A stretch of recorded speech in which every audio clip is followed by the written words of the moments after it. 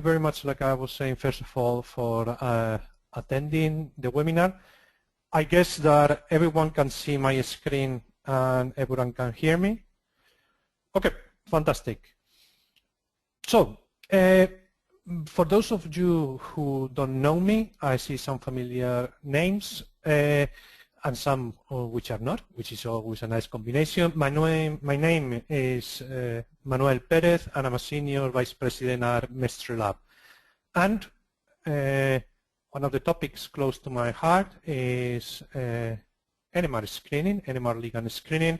And one of the things that we have been fighting with, one of the problems we have been fighting with for the last few years, it has been how to automate the analysis of said screens data as much as possible. So today's session, it has been broken into two discrete pieces. First, I would like to go through a set of slides which are going to set up, and we are going to be using them to limit the scope of the problem, or better said, to see some of the challenges ahead of us and how we have proceeded to solve this. And on the second half of the presentation, we will see some practical examples. We are going to be focused with T1 row experiments because those are easier to exemplify, but like it will be mentioned later on, we can tackle any number of experiments right now using MScreen. Okay, without further ado, then one of the things that I was thinking while preparing this presentation is some clear concepts that I would like to go through. First, obviously, it's important to say when and why you should be automating. There may be occasions in which it makes little sense to do so, but for most of these of your screen campaigns, it will make sense to automate the analysis as much as possible. We will proceed about some concepts about how to create pools of compounds, what has been our approach, and we will go through acquisition considerations, reprocessing considerations. Obviously, this will be a big topic. We will get a little bit philosophical, if you allow me the expression, because there are times in which defining exactly when a hit is not that trivial. And for anyone who has started to do a screening, this will come like a clear topic. And then we will go a little bit deeper into some of the settings for the analysis to make the automation as seamless and as painless as possible. So as a matter of introduction, I was thinking that there is always, and we talk to a lot of people, and there is always some things that keep on, some topics that keep on coming. The first of them is that there are standards in the screening scenario that all of you who are starting, and this is mostly aimed to those of you who may be thinking about doing and starting a screening by NMR, there are standards that you can follow. There is a fantastic series of papers. I like the Natural Protocols paper. Pretty much it gives you a very good starting point if you are going from zero about it. There is a very nice chemical review paper as well. It's already almost close to 10 years old. No, actually it's past 10 years. But this again, it will give you a very nice insight about how to start and things to look at when you are starting screening. And also, I will repeat it later, mostly when we talk about hits, every target is different. You guys have seen, I imagine, plenty of presentation about this. So what we are going to be considering to be a hit in some cases by some experiment. In other cases, that might not be the case. But again, we thought about this and we thought about preparing tools to tackle this efficiently. Okay, so carry on with this. There is a paper that I always like to make mention, because in science it's not always also important to know what to do, but, and this is just my personal experience, more important sometimes it becomes what not to do. And this is, it was very nice portrait in a paper by Ben Davis and Daniel Erlson, which some of you may have seen, some of you may have not, so I thought I would mention it here. If you haven't, for me it makes a very nice read, and it makes something that we don't see that often in literature. It's saying things that you shouldn't be doing. Okay, so just finishing this bit about the introduction, the number of experiments that we set up ourselves to be capable with the software to address, it was the ones that we can see right now on the screen, for both for proton and for fluorine-19. Also, we are working on approaches about going into 2D, but this is work in progress, but stay tuned. What it became very, very easy and very easily identified is that the analysis can be a bottleneck. This obviously, if you're making a small campaign, it will not be. If you're making a full or medium-sized screening campaign, analysis will be a bottleneck.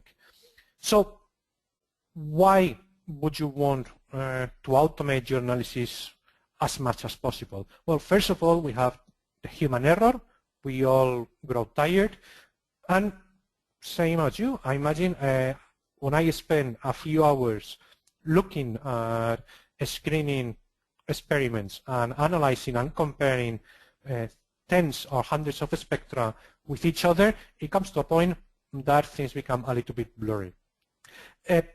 Also, once we have made the automation, it becomes very quick to quantitate and obtain quantitative results.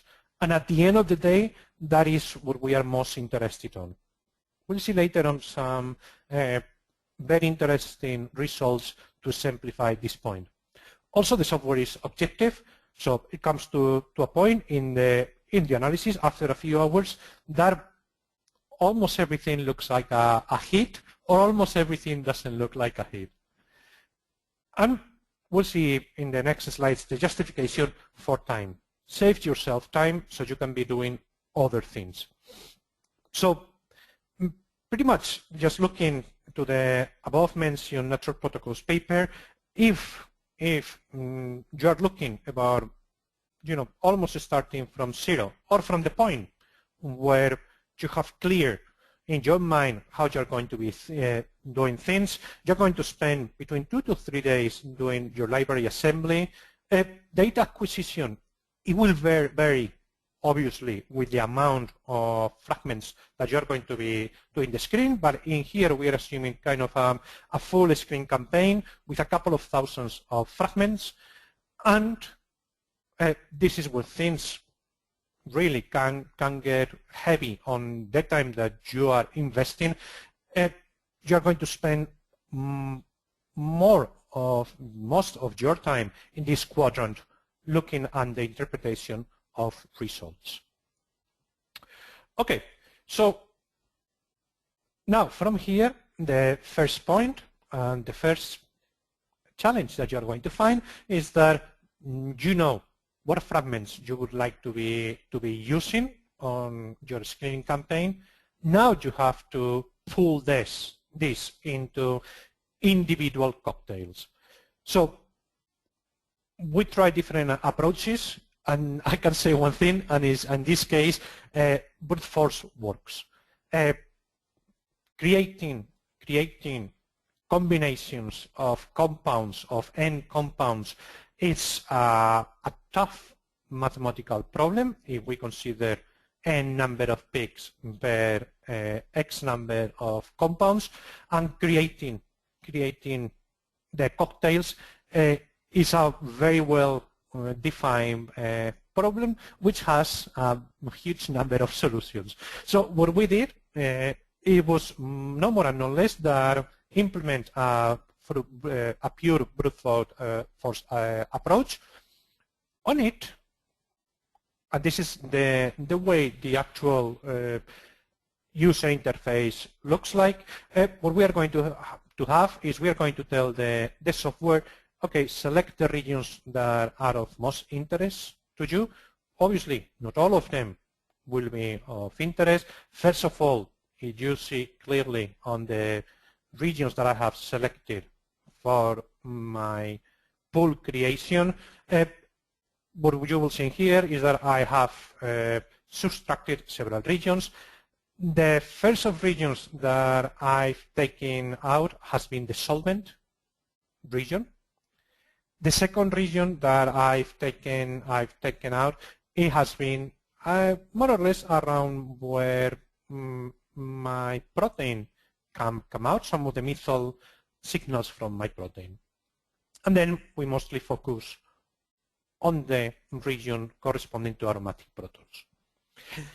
Then we're going to tell the software how many compounds per pool we would like to have, and also with how much overlap of peaks we would be willing to live. This, unfortunately, is part of the reality. There will be, you can make this as low as possible, but at the end of the day, there will be times where you cannot separate all of your fragments. So you have to compromise. Okay, so now we mentioned as well some, for me, three distinctive regions in which we can do things to make our life easier later on. So as far as pre-acquisition goes, and this I have to say because I've seen it so many times, you're going to make your life a lot easier, and this applies not only to the scenario where you would like to automate, but also if you would like to make manual analysis or visual analysis, I should say. And it's for proton NMR type experiments, I would recommend using a reference. It will make your life a lot easier for many different reasons. Also, keep on check if you can be as uniform as possible on your solvent, pitch, the conditions, and solvent power. I acknowledge it's not always possible to do so. But what this is going to help you with is that it's going to provide good alignment conditions between your different samples, and this is going to mean that you can normalize very easily your compounds, your NMR results. This is something huge because at the end of the day, we need to be quantitative. For fluorine-19, we'll see briefly later on, this problem can be tackled in a different manner because for most of the fluorine experiments, you are not going to be inside your samples any kind of reference. We were fighting with this problem for quite a lot until we decided to apply global alignment to it. And this has been giving really good results. There's been a lot of people providing data and feedback.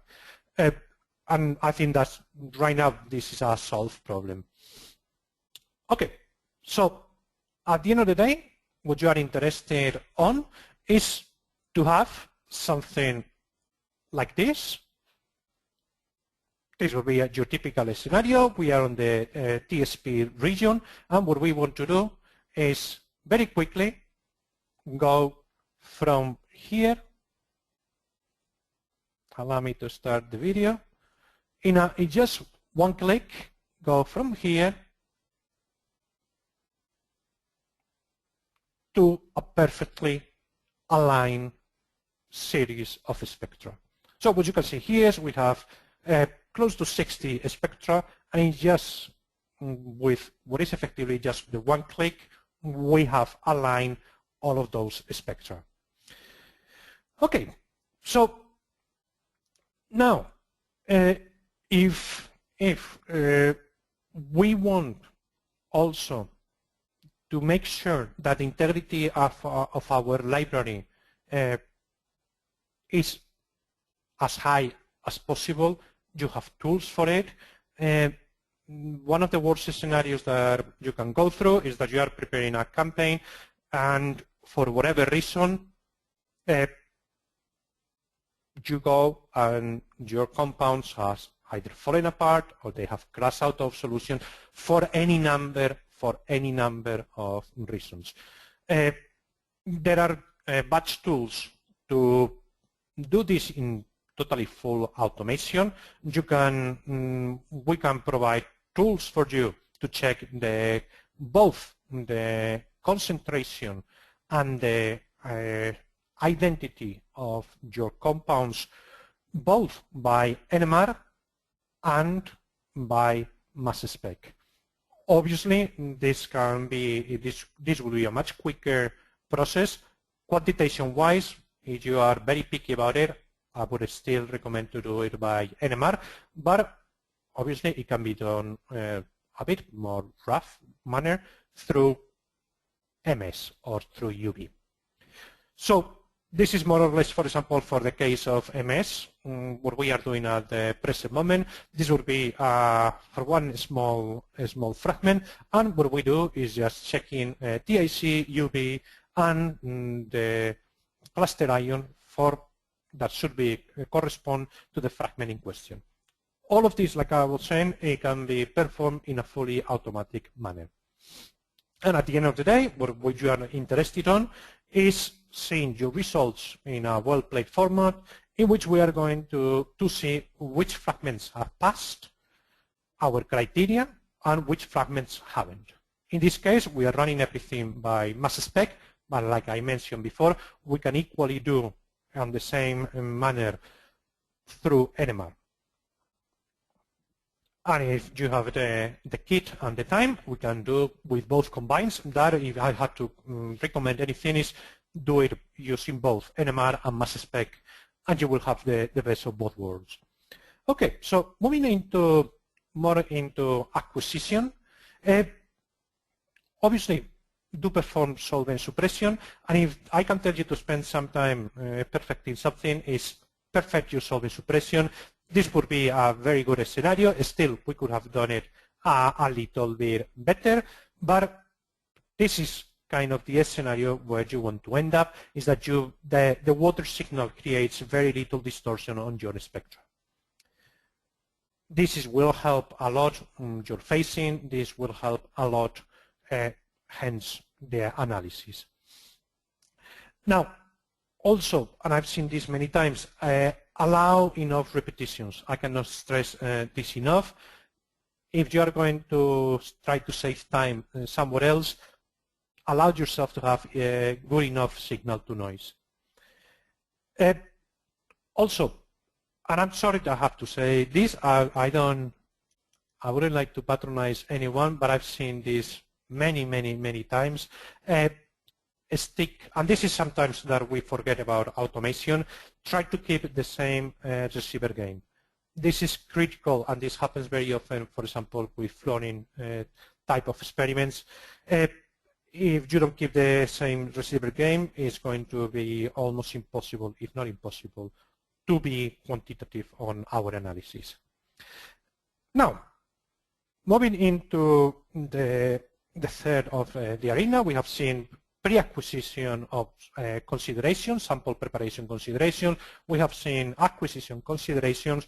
So into the reprocessing world, what we aim to do and what is going to help us is to make as much use as possible of batch tools. We'll see a couple of examples in a few minutes' time. I cannot stress this enough. Play with the different baseline and phase correction algorithms. Every data set is a different universe. I can provide you with general guidelines and saying, in my own experience, what works best and worse with what type of experiments. But at the end of the day, the automatic phase correction algorithms that we are going to be using for certain types of experiments, like it can be, for example, water-loxy, is not going to be my optimum set of algorithms for something like it can be a T1 row type experiment. I will repeat this later on because this is going to make your life a lot easier. Please make good use of the reprocessing templates. This is going to help you to use always the same conditions, hence to be consistent in the way that you are doing your analysis. Because at the end of the day, what you would like to see is a scenario like this, in which even here you can see that there are variations from sample to sample. Just let's look to the water peak. In this particular scenario, for example, in this sample, we didn't have good solvent suppression, but if you look to the peaks, that still hasn't stopped us from getting good results. So we give you the tools to manipulate hundreds, if not thousands of spectra at the same time, make you use good use of them, and you will be able to do this kind of reprocessing. Now, going a little bit deeper, now there is, it's very nice, we have reprocessed all our data with optimum parameters, and now it comes to the point where we want the software to start matching. So we need to do a little bit of pre-work.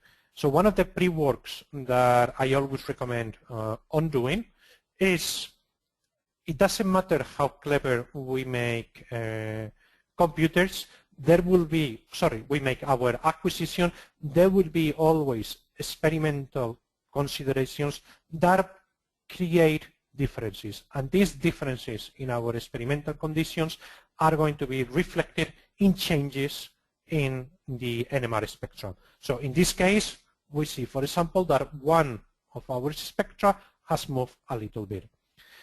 We will see later on when we go over the parameters to set up the automatic screen. One of the parameters that we have to have present in mind is how much that variation is. It doesn't have to be, an ultra precise number. Just have an idea. Just open your spectra, stack your spectra, and check how much deviation in hertz you have in several of your signals. You don't need to go, obviously, each one of them. Just have a rough idea. In this sense, I will give you what I consider my optimum parameters. Okay, so this is for the case of fluorine, what you would like to be doing, and this is just to make it the case, if it's not obvious to everyone, that the differences that I can have in proton NMR are much lower or much smaller than the differences that I can have in fluorine, like we would expect. Okay, so let's get philosophical, like I mentioned in the beginning. It's going to last for very few minutes, because otherwise the session gets too long. But the way to tackle the eternal question of what is a hit, to me, is allowing people to say exactly what is a hit for them. And this is something that we'll see later, and you have in here.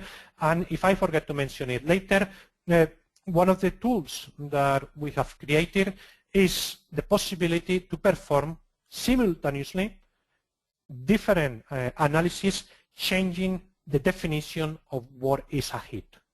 So bear this in mind.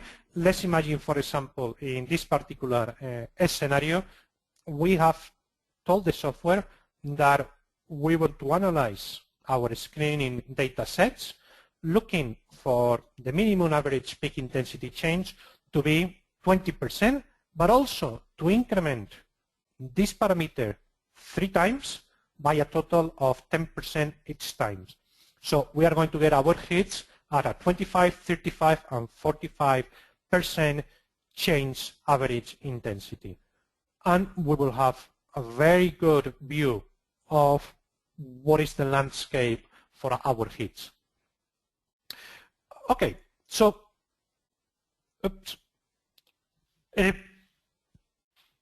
pretty much what we would be doing in a full automation, like we will see later, well, in just a few minutes' time, is to summarize. We're going to bring all of your data in. We're going to align set data. We're going to reprocess, normalize this data. We're going to deconvolve each one of the spectra, and we're going to be performing the matching. In between these two, I have skipped.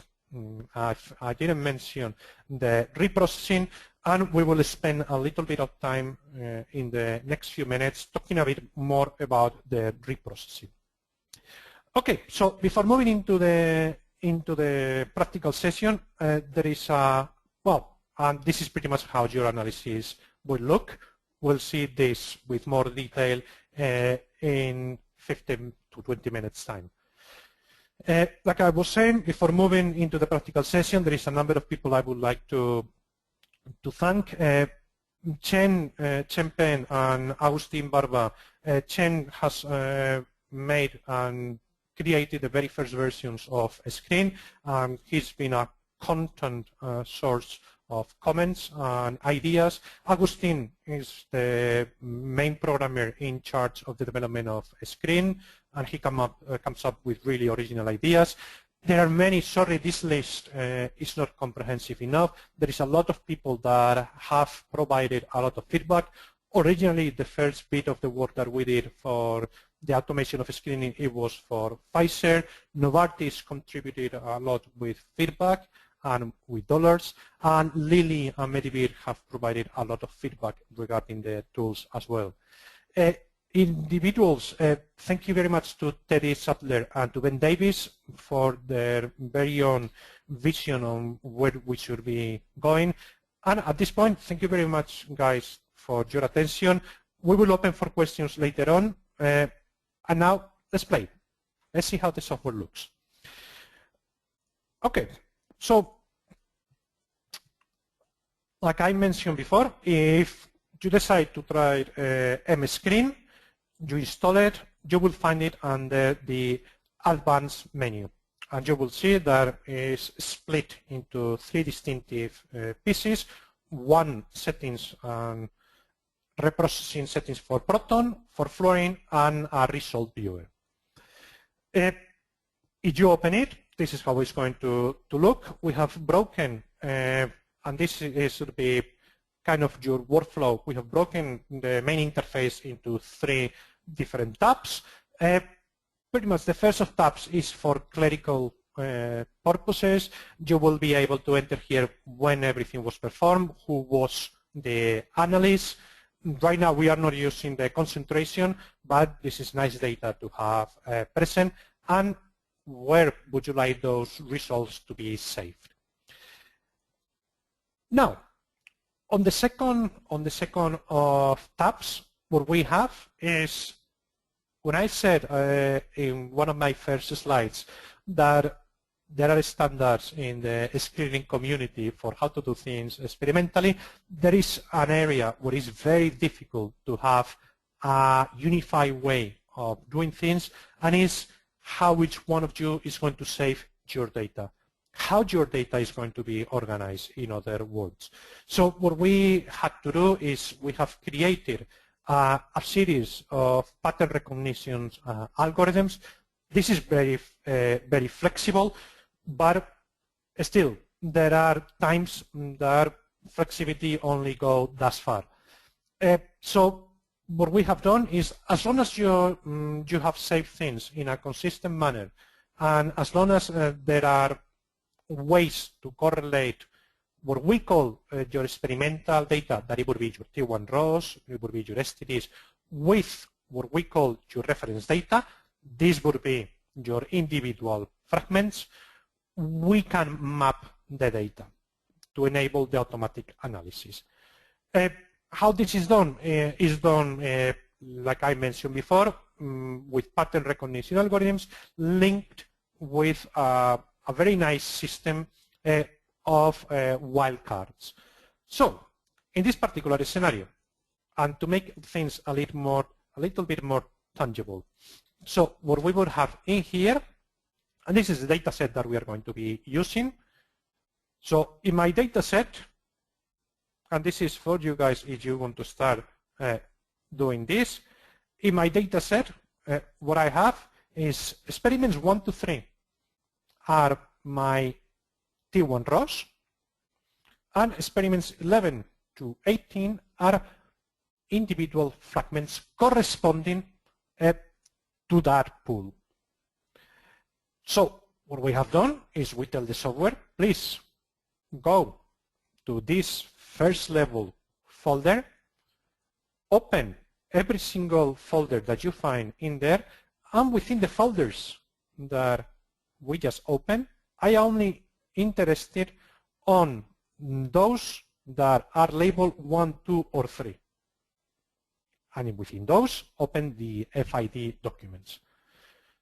And that is automatically going to map all my data for my screening experiments. Once we have done this, we are going to move to our individual fragments. And let's remember what we had in here. So what we had in here is experiments from 11 to 18. So what we're going to tell the software, as before, please go to this first level folder, open every single one of the experiments that you have find in there, but within those, I would only like to open those that have 2 digits on them. And within those, open each one of the FIDs.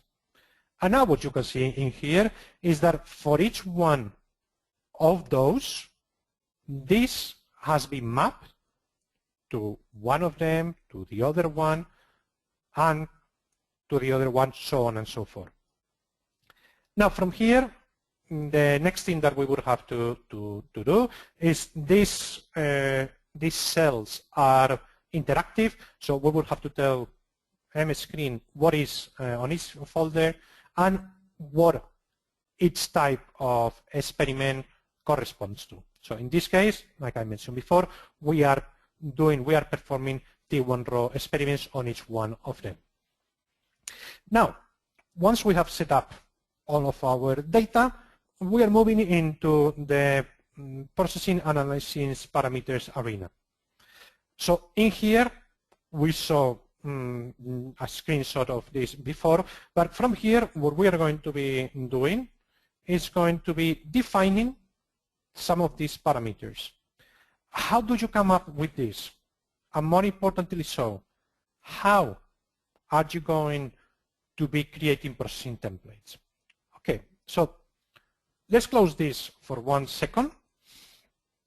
We mentioned before batch tools that it may help you perform tasks like, for example, opening hundreds of spectra in a very efficient manner. You can do this in 2 different ways. You can go into import and use multi-open, or you can go into scripts, import, and use directory spectra stack. For my case, and to see some of this functionality, what I'm going to be using is I'm going to be using multi-open. And what I'm going to be doing in here, I'm going to be opening a series of fluorine spectra. What we are doing here is opening absolutely everything. So same as before, go to this directory, and all the subfolders that you find with FID data, we are going to be opening it. So if I click on OK, this is going to open each single one of those experiments for us. Now I just have to go into the page window. I'm going to select all, and I'm just going to stack this. This is a way of doing it. There are alternate ways of doing this. But now what this is allowing me is to check things very quickly. What do I mean by that? So I can check in here what is, in this case, I would be happy with the defaults that I've set up. But for you, if you're starting to do this, I would first check that the appreciation function that you are using, you are happy with it. So in my case, I would be maybe tempted to make this a little bit bigger, like 1.5, and I would be fine with that. Then I'm going to be checking my phase correction. In this case, with what I'm using, I would be happy. Like I mentioned before, play with it. The one that is going to be a little bit more arduous to get is going to be your phase correction. So be a little bit experimental. Try different combinations if they don't work with you, and eventually you will find one combination of automatic phase correction algorithms that will work fine for you. And last but not least, we will need to do baseline correction. One word of advice in here. I would say I tend to use polynomial fit and play with the order of the polynomial order. Something between 5 to 7, it tends to be a good compromise. But just like I was saying, one word of advice, with a good smoother, it gives you a beautiful baseline, but be very careful because it's a very aggressive algorithm for baseline correction. And what it can happen is that you're going to be suppressing with this algorithm some of your signal. Since at the end of the day, what we are interested in doing is to quantitate my results based on changes either on intensity or on integral, this algorithm may change both of them. So be careful with that. Okay, so once we have done this, like we mentioned before, what I'm interested in is saving these optimized parameters, and I'm going to be doing so by going into my processing template, and I'm going to be saving all the processing. This applies to also to referencing and any the type of peak picking that you have been using. So bear that one on mind.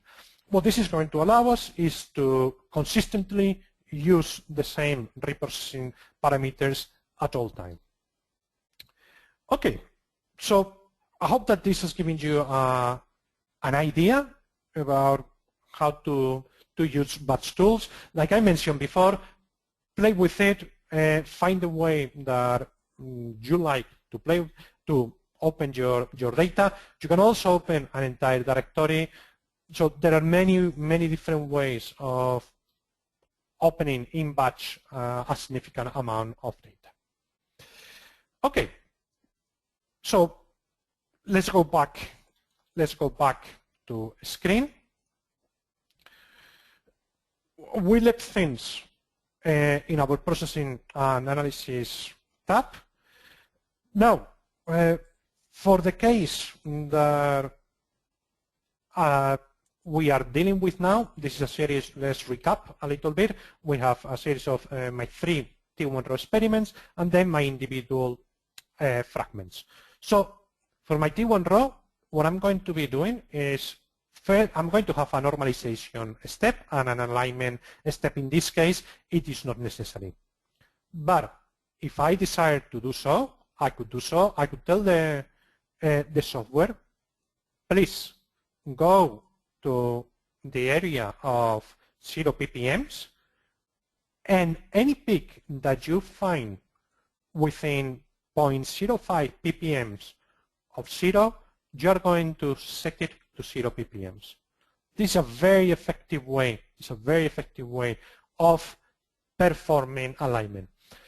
If you don't have any peak that we can use, in this case I'm using TSP, but other cases I've been using, for example, for alignment purposes, I've been using the residual DMSO peak. You can always try to use global alignment. Global alignment should work fine unless, obviously, you have a considerable amount of peaks that have disappeared from your spectra. Then global alignment cannot work in an efficient manner. Okay, Then, after performing the alignment, we are going to be normalizing those peaks.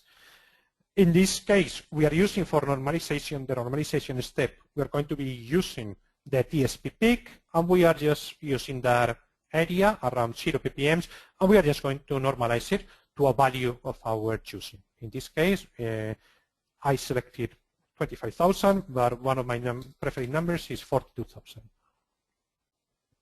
Okay. So now remember, we saved our reprocessing template. This is the time and the moment when we are going to be loading that reprocessing template that is going to be using the questions, the parameters for us.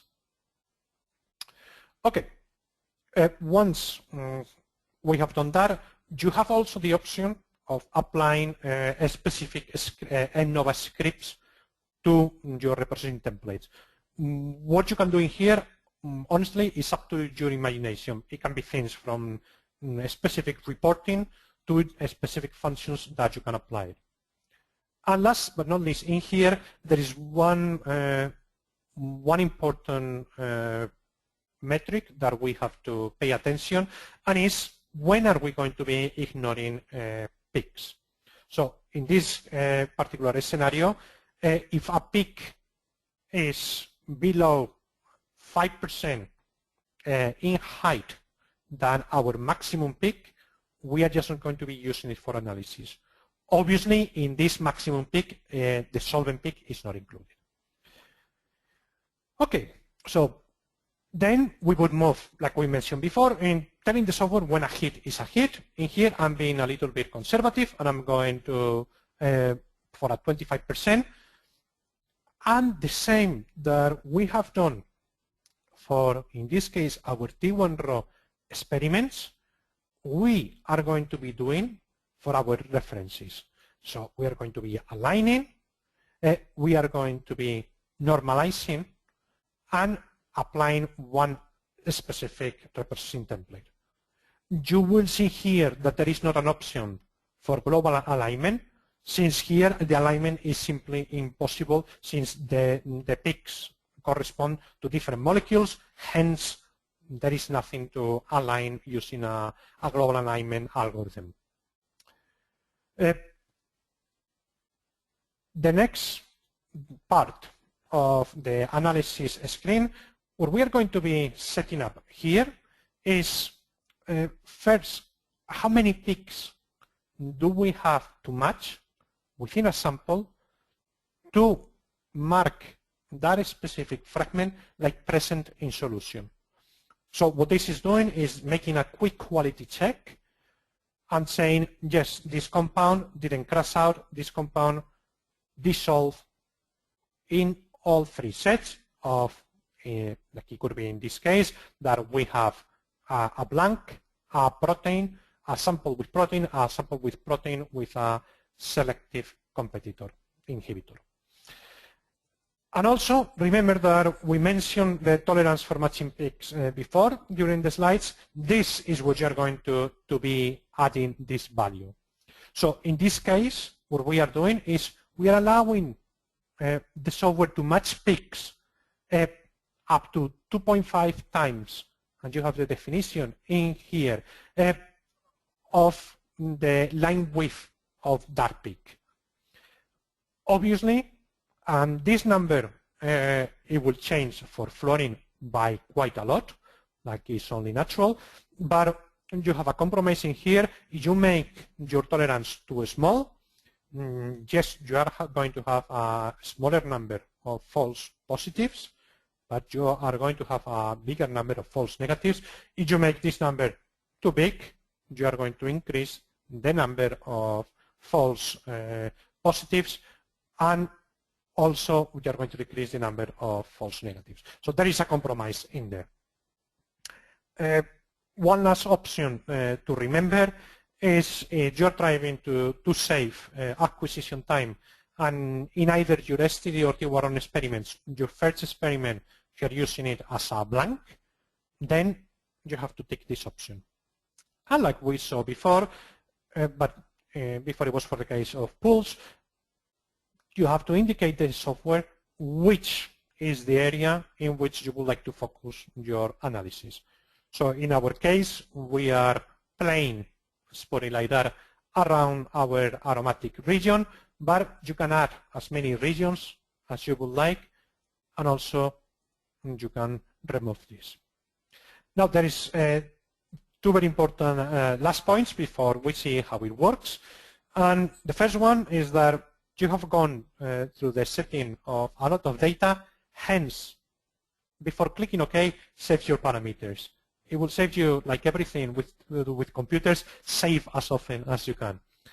And last but not least, you all will have to write reports. So what we have done is that everything from the equations that we are using for the matching, you can see in here, to the regions that we have used, to where we got the data from. This is a live report, so every time that you change something in the main GUI, that is reflected on our report. Hence, you can just copy and paste this report into your ELN or into any reports that you may want to create. Okay, so with this, we are effectively ready to go. So we just have to click on OK. I don't know how well you can see this with the latency on the network, but pretty much is pretty fast. In this particular scenario, let's remember we had 3 experiments per 3 T1 rows per pool, plus each one of the pools had 9 individual fragments. Well, it varied, but I think the ones that I selected, and they were all 9. So once the automatic analysis finished, we are presented with an overview of what happened and what the software has found. And once we click on OK, we are going to be presented with the results editor. Now, this is when things get really nice, in the sense that every time that we click on one of these, we are going to be presented with the automatic analysis results. You can modify what you're going to be viewing in here by using the ticks on the viewer, on the editor. But at the end of the day, let's say things are marked as specific hits, non-selective hits, present and missing. Present just means that nothing happened to that compound or to those peaks of that compound. In this case, we are going to have a look to the specific hits. So we're going to have a look to these 2 guys. So actually, we'll enter see what that missing is. Now, there is a very nice way of interacting with data, and this is applicable both if you are using MScreen or if you are doing this in a fully manual or visual manner. And if you stack your spectra and you go into the stack spectra table, this is going to give you a lot of freedom as to how to manipulate the data. So the first thing that we would like to do is we would like to superimpose those experiments. We're going to be going to the region that interests us the most. And I want to go one by one, so I'm going to untick this one, so I visualize only this guy. So remember, we are looking at T1 row experiments, and what we are seeing, this would be the ones that I have selected that appears now bolded. It would be my blank T1 row. This would be with addition of the protein, and we already can see that from here to here, we have a decrease on signal intensity. Let's go do it again from here to here. We have this guy even just totally going away. Now, if now we move to the experiment in which we have added an inhibitor, we can see that that signal recovers. And that is the reason why this has been labeled as a hit. Okay, so we now could go to the other guy. And we can do the same. we can check what's happening here. So we see that there is decrease. It's not as marked as before, but this guy has lowered the intensity quite a bit, and this guy has done quite dramatically. We can see that pretty much this one is just totally goes away. Okay, so I would be happy with that. There is something worth mentioning in here. Let's go back to the stacked view. Now I want to see specifically what happens with this guy. So this has been marked in red, showing that nothing within that compound hasn't gone into solution. Screen thinks that compound hasn't gone into solution. Now the definition in here is that we can see no peaks whatsoever. So if we go, what it may happen is that maybe this wasn't soluble from the very beginning, but also what it may happen is that the peaks are not on the region of interest that I marked. So if you would like to see this, what you will have to do is go to the scissors tool, click on Restore All, and then we could go and check what is happening in here. And to be absolutely honest, it does look like that compound wasn't there from the very beginning. So this is kind of, it's going to help you to troubleshoot your fragment library. Okay, so this would be one way of looking at the results. This for me, at the end of the day, is a little bit qualitative. What I tend to like is we have a whole host of different quantitative views. Like, for example, we can go and check our maximum intensity change, not the blank, but the protein. And in here, this could give us more of a clues of places where we would like to be spending a little bit more of time. For example, we have a guy in here with a change of 41%, of a change of 32% on the maximum scale. Sorry, on the maximum intensity change. But if we go to the average, let's remember it was this guy and this guy, the average is not that high. So maybe those are the ones that I would be looking at having a visual inspection. Would be happy with these guys. Chances are that those are fine. At the end of the day, if you want to do this on a, let's put it on a fully quantitative manner, you can export all of these results. So in our case, I wouldn't like to, I wasn't running, in this case, STDs or water log6. So we are going to be adding the T1 row results.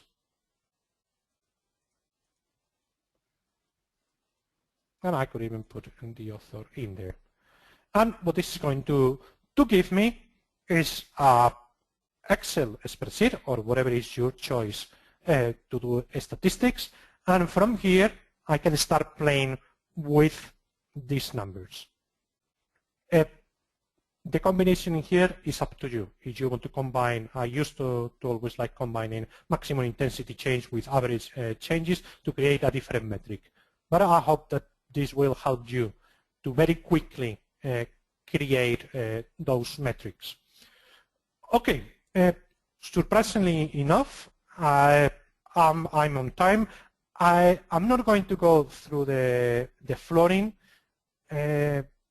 reprocessing because it is effectively the same.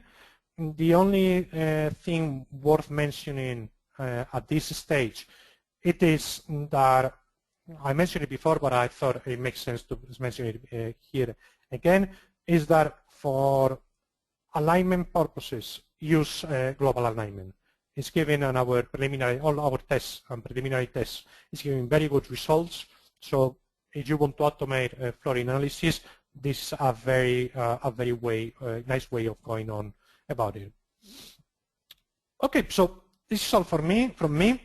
Thank you very much, everyone, for your attention. I hope the session has been useful for you.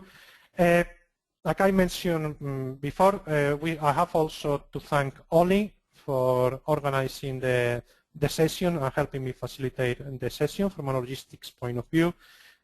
If you missed the beginning of the presentation, these are my contact details. You can either contact me or you can contact Olaya. You should have her email.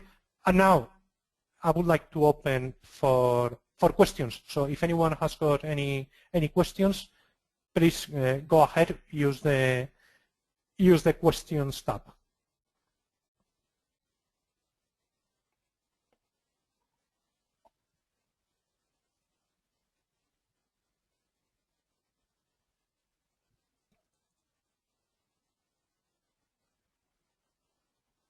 Okay, so we had a question in here. Okay. So yes, you can do bucketing of a spectra, like you can do in IMIX. The options for bucketing a spectra, you will be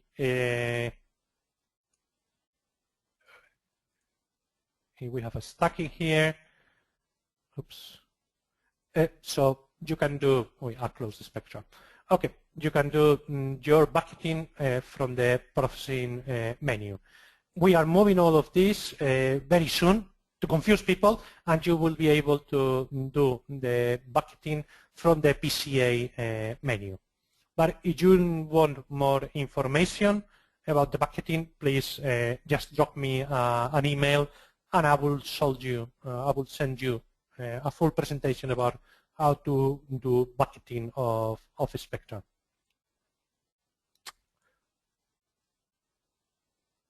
More questions?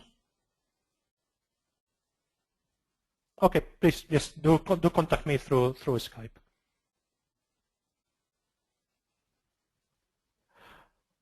Okay, guys, then I know it's a lot of information in too little time, so like I mentioned before, feel free to contact me through either of us, through either Skype or through email, and we'll be more than happy to help you set up demos. There is a free 45 demo that you can take from our webpage if you decide to do so. So either go that way or talk to us. Once again, thank you very much, everyone, for your time. I hope you have a great day, and I hope that this session was useful for you. Bye now.